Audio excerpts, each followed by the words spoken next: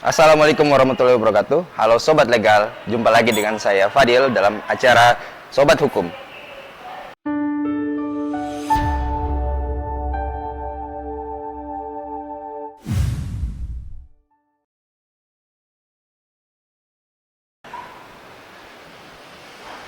Anda pernah dengar ada berita tentang ini? Seorang anak yang dibegal, kemudian dia melawan balik, lalu dia yang harus mempertanggungjawabkan perbuatannya. Atau kasus yang ini, seorang kakek yang membela diri dari tindakan pencurian seseorang, tetapi dialah yang harus mempertanggungjawabkan perbuatannya. Atau ada kasus yang seperti ini, seorang suami yang terpaksa menggunakan ganja demi menyelamatkan hidup istrinya, dan dia yang harus mempertanggungjawabkan perbuatannya. Itulah yang akan kita pelajari dalam materi hari ini terkait dengan pembelaan terpaksa. Baik Sobat Legal, untuk kasus-kasus tentang pembelaan terpaksa ini, ada kasus-kasus yang menarik yang tentu saja kita bisa lihat dan banyak viral ya di beberapa medsos ya, menjadi pembahasan masyarakat ya. Ada yang mengatakan bahwa kenapa hukum itu justru ingin menghukum pelaku-pelaku, bukan pelaku ya, tapi korban-korban begal yang melakukan bela diri ya. Misalnya kasus seorang pelajar yang dibegal, yang kemudian dia melawan balik, dia membela dirinya sendiri, yang berujung kepada si pelaku begal itu mati. Atau kasus yang seperti ini, seorang kakek yang sedang menjaga kolam ikan, kemudian ada pencuri yang masuk. Dia membela dirinya sendiri dari tindakan pencurian itu, ya, yang kemudian berujung kepada luka berat yang dialami oleh si pelaku itu. Jadi banyak sekali kejadian kasus-kasus orang-orang yang tadinya menjadi korban, tetapi dia berani melakukan bela diri. Dialah yang kemudian harus mempertanggungjawabkan perbuatan bela dirinya itu. Nah, inilah yang akan kita pelajari terkait dengan pembelaan terpaksa di dalam hukum pidana. Nah, pembelaan terpaksa di dalam hukum pidana itu diatur di dalam pasal ini. Pasal 49 ayat 1. Teman-teman bisa baca di bawah ini ya.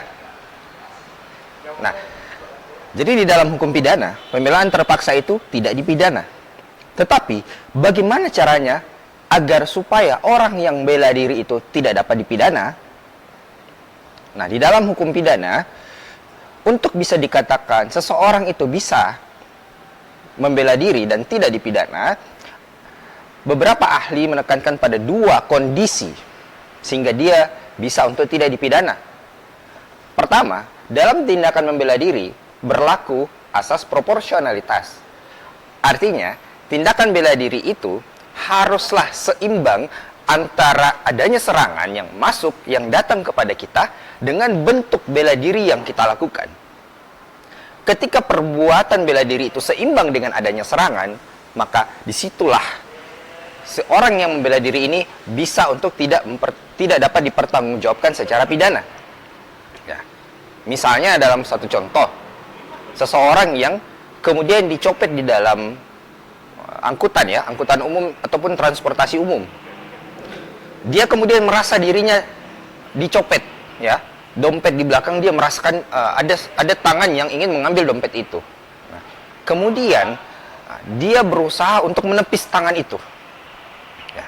Maka disitulah bentuk keseimbangan. Pelaku hanya baru sebatas ingin mengambil dompet itu, si korban ini menepis tangan itu. Itu ada suatu keseimbangan di situ. Bagaimana kalau tidak terjadi keseimbangan? Misalnya, si pencuri itu sudah mulai mengambil dompet itu, ya kan, di dalam saku celana si korban. Korban kemudian berbalik arah, memukul sampai menyebabkan pelaku itu berdarah, luka berat, dan lain sebagainya. Nah, inilah yang menyebabkan bela diri itu sudah melampaui keseimbangan itu. Tindakan dari korban yang bela dirinya sudah melampaui keseimbangan itu, itulah yang sulit untuk dia tidak dapat dipertanggungjawabkan. Otomatis ketika keseimbangan itu sudah berlebihan, sudah melampaui batas, maka orang yang membela diri itu bisa untuk dipidana dengan delik penganiayaan yang menyebabkan luka berat. Misalnya, ya, misalnya dalam kasus ini ya, ini ada kasus seorang kakek yang ketika dia menjaga kolam ikan ya, datang pencuri. Pencuri itu kemudian ingin mengambil ikan. Nah, si kakek ini itu kemudian bela dirinya dalam bentuk menganiaya, ya, memukul si pelaku sampai si bahkan membacok ya. Dia ngambil parang, dia bacok si pelaku sampai akhirnya pelaku itu luka berat. Nah, ini keseimbangan ini sudah tidak terjaga di situ. Nah, makanya si kakek ini kemudian tetap dipidana dengan delik penganiayaan yang menyebabkan luka berat. Contoh lain misalnya, ada orang yang memukul kita. Dia memukul kita, menganiaya kita. Kita balas dengan senjata tajam. Maka balasan kita itu sudah melampaui batas. Yang seharusnya kita dalam membela diri itu cukup hanya membalas serangan yang minimal untuk mencegah penganiayaan kepada diri kita itu menjadi lebih parah gitu. Nah, minimal untuk mencegah atau menghentikan apa yang terjadi atau menghentikan perbuatan pelaku supaya perbuatan pelaku itu tidak lebih berat lagi ya, menimpa kepada kita ya gitu. Atau misalnya serangan itu dalam bentuk senjata tajam ya. Ketika kita mencoba melawan dengan senjata tajam juga, sepanjang diri kita belum terluka, maka kita pun tidak boleh sampai melukai dirinya. Nah, inilah yang keadaan pertama yang para ahli mengatakan bahwa perlu ada proporsionalitas di situ. Yang kedua adalah berlaku juga subsidiaritas. Dalam konteks subsidiaritas ini, yang perlu ditekankan adalah kalau ada pilihan-pilihan lain yang perlu dilakukan terlebih dahulu, sebelum kita melakukan tindakan yang lebih parah, sebaiknya bela diri itu dilakukan. Sebaiknya pilihan-pilihan itu kita lakukan dalam proses bela diri itu. Misalnya dalam contoh kasus kakek ini, ketika kakek ini mengetahui ada orang yang masuk dan mencuri ikan, maka pilihan-pilihan pertama yang harusnya ada adalah dia berteriak, dia memarahi, dia melarang, dia melerai si pencuri ini, ya, yang bisa saja berdampak pada si pencuri ini berhenti melakukan aktivitasnya. Sepanjang pilihan itu dilakukan, maka di situ keadaan itu sudah bisa dikatakan dia sudah melakukan suatu pembelaan diri yang subsidiaritas ya, pilihan yang lebih baik gitu. Ya.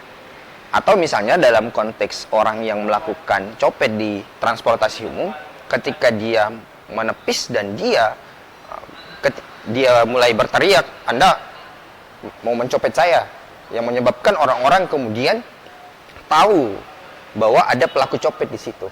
Ketimbang misalnya dia kemudian menyerang si pelaku sampai menyebabkan pelaku luka berat. Nah, ada suatu pilihan-pilihan awal yang kalau pilihan awal itu ada dilakukan, maka itu jauh lebih baik ketimbang melakukan satu serangan balik yang bahkan bisa melampaui batas. Nah, itu dia dua keadaan dalam proses untuk membuktikan apakah dia bisa dipertanggungjawabkan atau tidak, apakah dia bisa dikategorisasikan sebagai pembelaan diri yang menyebabkan dia tidak dipidana ataukah tidak.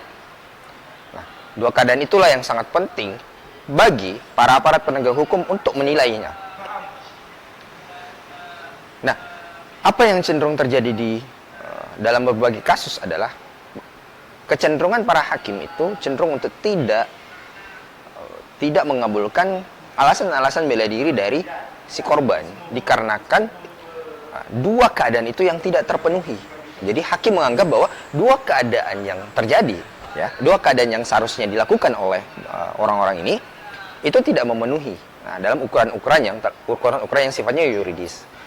Tetapi menurut saya perlu para hakim harus melihat secara konteks apakah pidana itu perlu dijatuhkan ataukah tidak kepada si korban, ataukah ada pilihan-pilihan yang sifatnya ultimum remedium ataukah yang sifatnya restoratif justice yang perlu ditekankan dalam proses penegakan hukum, khususnya bagi korban-korban yang terpaksa harus membela diri.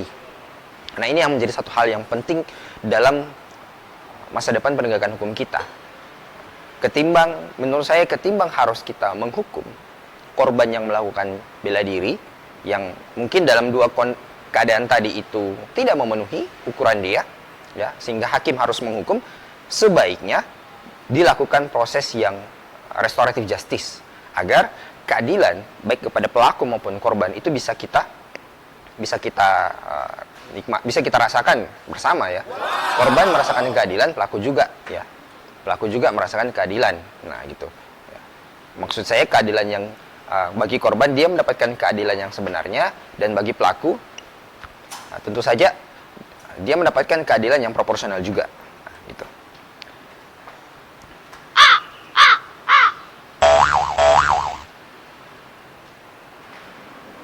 Nah, sobat legal sekalian, kalau yang saya jelaskan tadi kurang lebih seperti itu, bagaimana menurut Anda? Tulis di kolom komentar di bawah ini, ya. Terima kasih. Assalamualaikum warahmatullahi wabarakatuh.